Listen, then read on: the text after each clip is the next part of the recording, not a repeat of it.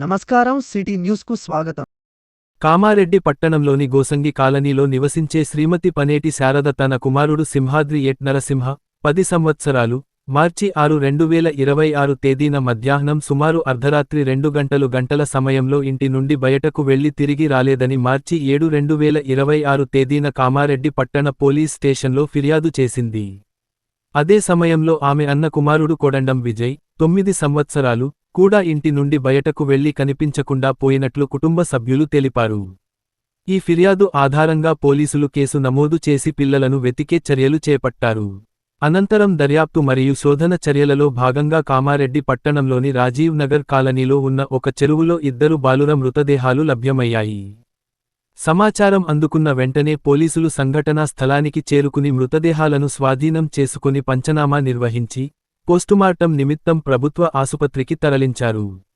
నేర స్థలం వద్ద పరిస్థితులను బట్టి పిల్లలు బావియందు పిల్లలు చాపలు పడుతూ ప్రమాదవశాత్తు జారి చనిపోయినట్లుగా కనబడుతుంది. బావి వద్ద చేపలు పట్టుటకు ఉపయోగించే జాలి మరియు జారీపడినట్టుగా స్పష్టమైన ఆధారాలు లభించినవి.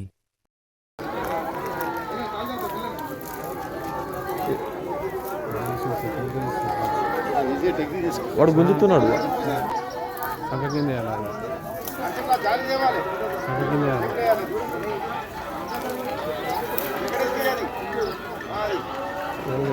అంటే ఫోన్ తీస్తున్నాడు.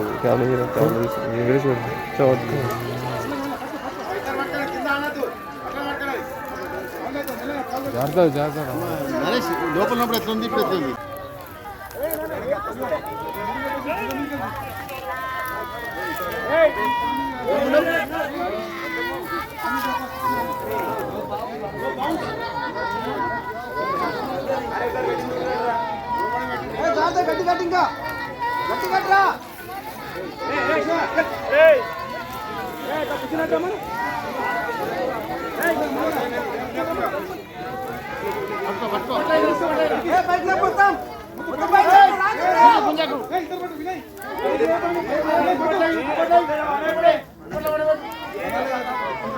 మధ్యాహ్నం సమయంలో శారద అను ఆమె పోలీస్ స్టేషన్కి వచ్చి తన బాబు మరియు తన అన్న వాళ్ళ బాబు విజయ్ అండ్ సింహాద్రి ఇద్దరు కూడా మిస్సింగ్ అయ్యారని చెప్పి 6వ తారీఖు రోజున మధ్యాహ్నం నుంచి కనబడట్లేదని 7వ తారీఖు రోజున పిటిషన్ ఇవ్వగా కేసు యందు సీసీ కెమెరాలు మరియు చుట్టుపక్కల అంతా వెతికినప్పుడు ఎక్కడ కూడా ఆచూకీ లభించలేదు. ఈరోజు రాజానగర్ ఒక చిన్న బావి యందు ఇద్దరి యొక్క శవాలు పడి ఉండగా వెళ్ళి పరిశీలించి చూడగా ఇద్దరు కూడా చేపలు పడుతూ ప్రమాదవశాత్తు అందులో జారి చనిపోయినట్టుగా కనబడుతూ ఉంది. చుట్టుపక్కల వాళ్ళని విచారించగా చేపలు పట్టి చనిపోయినట్టుగా చెప్తున్నారు. కావున అటు ఇద్దరి యొక్క శవాలను బావి నుంచి బయటికి తీసి స్థానిక ఆసుపత్రి యందు పంపించి postmortem నిర్వహించబడింది.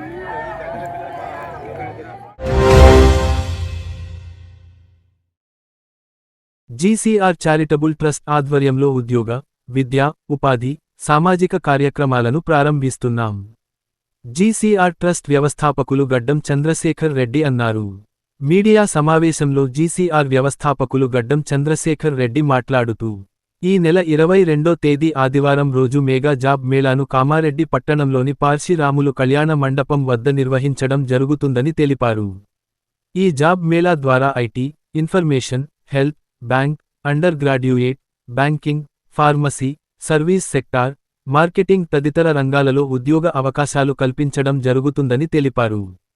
SSC, inter, graduate, PG విద్యార్థులకు కామారెడ్డిలోనే ఉన్నత ఉద్యోగాలు సంబంధించిన ఇంటర్వ్యూ నిర్వహించాలని ఉద్దేశంతో మెగా జాబ్ మేళా ఏర్పాటు చేయడం జరుగుతుందని, రాష్ట్రంలో 50కి పైగా ప్రముఖ కంపెనీలు, కామారెడ్డి ప్రాంతంలోని వివిధ సంస్థల ప్రతినిధులు హాజరై ఇంటర్వ్యూ నిర్వహించబోతున్నాని అన్నారు. 2000 మందికి ఉద్యోగ అవకాశాలు. కామారెడ్డి నియోజకవర్గం పరిధిలో నిరుద్యోగ యువతీ యువకులు ఉద్యోగ అవకాశాలు కల్పించాలనే లక్ష్యంతో చేస్తున్నామని తెలిపారు. క్యూఆర్ కోడ్ను స్కాన్ చేసి దరఖాస్తు చేసుకునే అవకాశం కల్పిస్తున్నాము అన్నారు. యువతకు కామారెడ్డి నియోజకవర్గంలో ఉద్యోగ, ఉపాధి అవకాశాలు కోసం జీసీఆర్ చారిటబుల్ ట్రస్ట్ ఏర్పాటు చేశామని తెలిపారు. ఈ కార్యక్రమంలో పట్టణ కౌన్సిలర్లు గడ్డం మీది మహేష్, మాజీ కౌన్సిలర్లు పంపరి శ్రీనివాస్, జూలూరి సుధాకర్, సాయిబాబా, రంగ రమేష్ గౌడ్, సబ్బాని హరికృష్ణ, గంగారాములు, బండారి శ్రీకాంత్, బల్ల శ్రీనివాస్, సునీల్, అరుణ్ ఉన్నారు. 4886 4886 ఉద్యోగుల గురించి అటువంటి అప్లికేషన్స్ తీసుకోవడం జరుగుతున్నది. ఇందుకు గాను మన జీసీఆర్ ట్రస్ట్ ఆధ్వర్యంలో సుమారు 22 కంపెనీలతోని సంప్రదింపులు జరిపాము. ఇందులో multinational companies, pharma companies, telecom companies, దీంతో పాటు మిగతా ఇండస్ట్రీస్ ఇవన్నీ కూడా అప్రోచ్ కావడం జరిగింది. వాళ్ళందరూ చాలా సానుకూలంగా స్పందించి గతంలో ఎన్నడూ కూడా కామారెడ్డి నియోజకవర్గం స్థాయిలో అంటే కేవలం కామారెడ్డి నియోజకవర్గ యువతులకు సంబంధించినటువంటి ఇటువంటి జాబ్ మేళా అంటే ఉద్యోగుల అనేటువంటిది ఇంతవరకు కూడా ఎన్నడూ చేయలేదు. ఈరోజు జీసీఆర్ ట్రస్ట్ ద్వారా మేమందరం కూడా సమైక్యంగా దీన్ని విజయవంతం చేయాలని, అదేవిధంగా కామారెడ్డి నియోజకవర్గంలో యువకులకు ఉద్యోగ అవకాశాలు కల్పించాలని సదుద్దేశంతో దీన్ని ముందుకు తీసుకురావడం జరిగింది. కావున కామారెడ్డి నియోజకవర్గం మరియు పరిసర ప్రాంతాల్లో ఉన్నటువంటి నిరుద్యోగులందరూ కూడా మా ఈ జీసీఆర్ ట్రస్ట్ ద్వారా నిర్వహించేటువంటి ఉద్యోగ మేళలో వాళ్ళు డైరెక్ట్ కూడా స్కానర్ ద్వారా వాళ్ళ అప్లికేషన్స్ ఆన్లైన్ లో కూడా మాకు పంపించవచ్చు. దాదాపు నిన్న మధ్యాహ్నం 2 గంటలకు మనము పోస్టర్ రిలీజ్ చేయడం జరిగింది. ఈ 2 గంటల నుండి ఇప్పటి వరకు సుమారు ఒక 160 అప్లికేషన్లు కూడా ఆన్లైన్ ద్వారా మనకు వచ్చినాయి. చాలా సంతోషము. ఇప్పటి నుండి ఇంకొక 9 రోజుల గడువు ఉన్నది.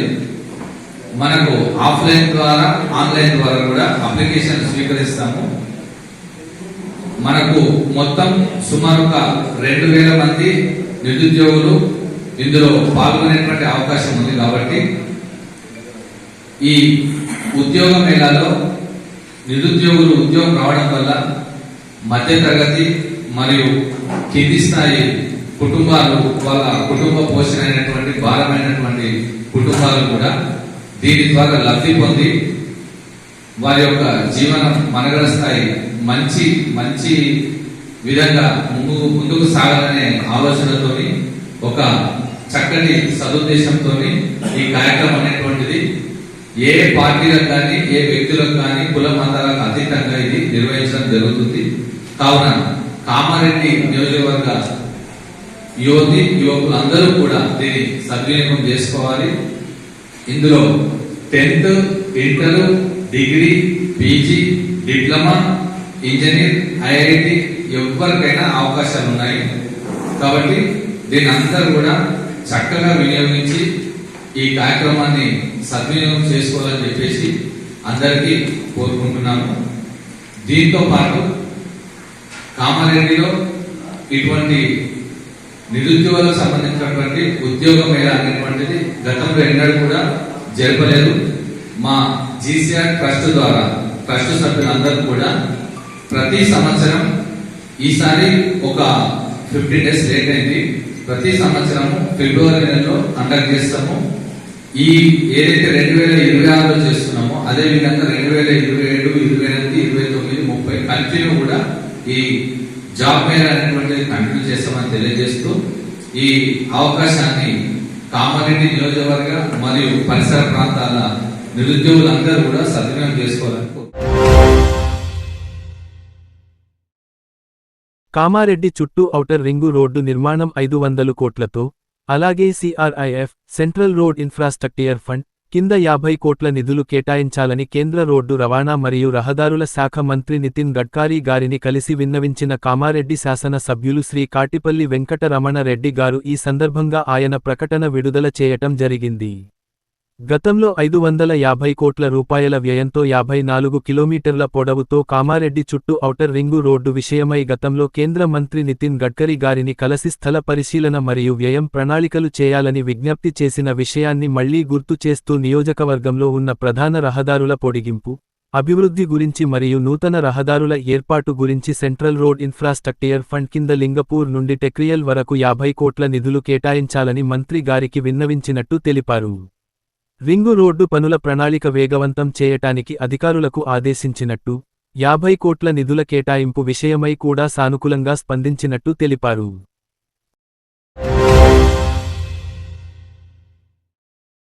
ప్రజాపాలన ప్రగతి ప్రణాళిక 99 రోజుల కార్యక్రమంలో భాగంగా కామారెడ్డి పురపాలక సంఘం పరిధిలోని ఎం.వి.ఆర్. నర్సరీ, భవానీనగర్ నర్సరీలను సందర్శించి అక్కడ పెంచబడుతున్న మొక్కలను పరిశీలించడం జరిగింది.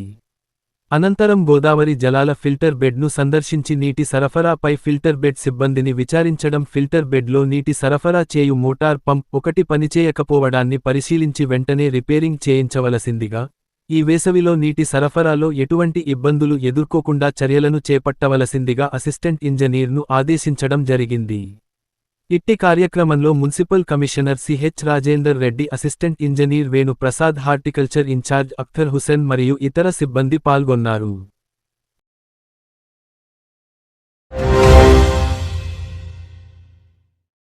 ఈ రోజు కామారెడ్డి మార్కెట్లో పసిడి ధరలు 10 గ్రాముల బంగారం 1,58,500, వెండి 2,610 రూపాయలు. ఇంతటితో ఈనాటి వార్తలు సమాప్తం. తిరిగి మళ్ళీ మరుసటి వార్తల్లో కలుసుకుందాం.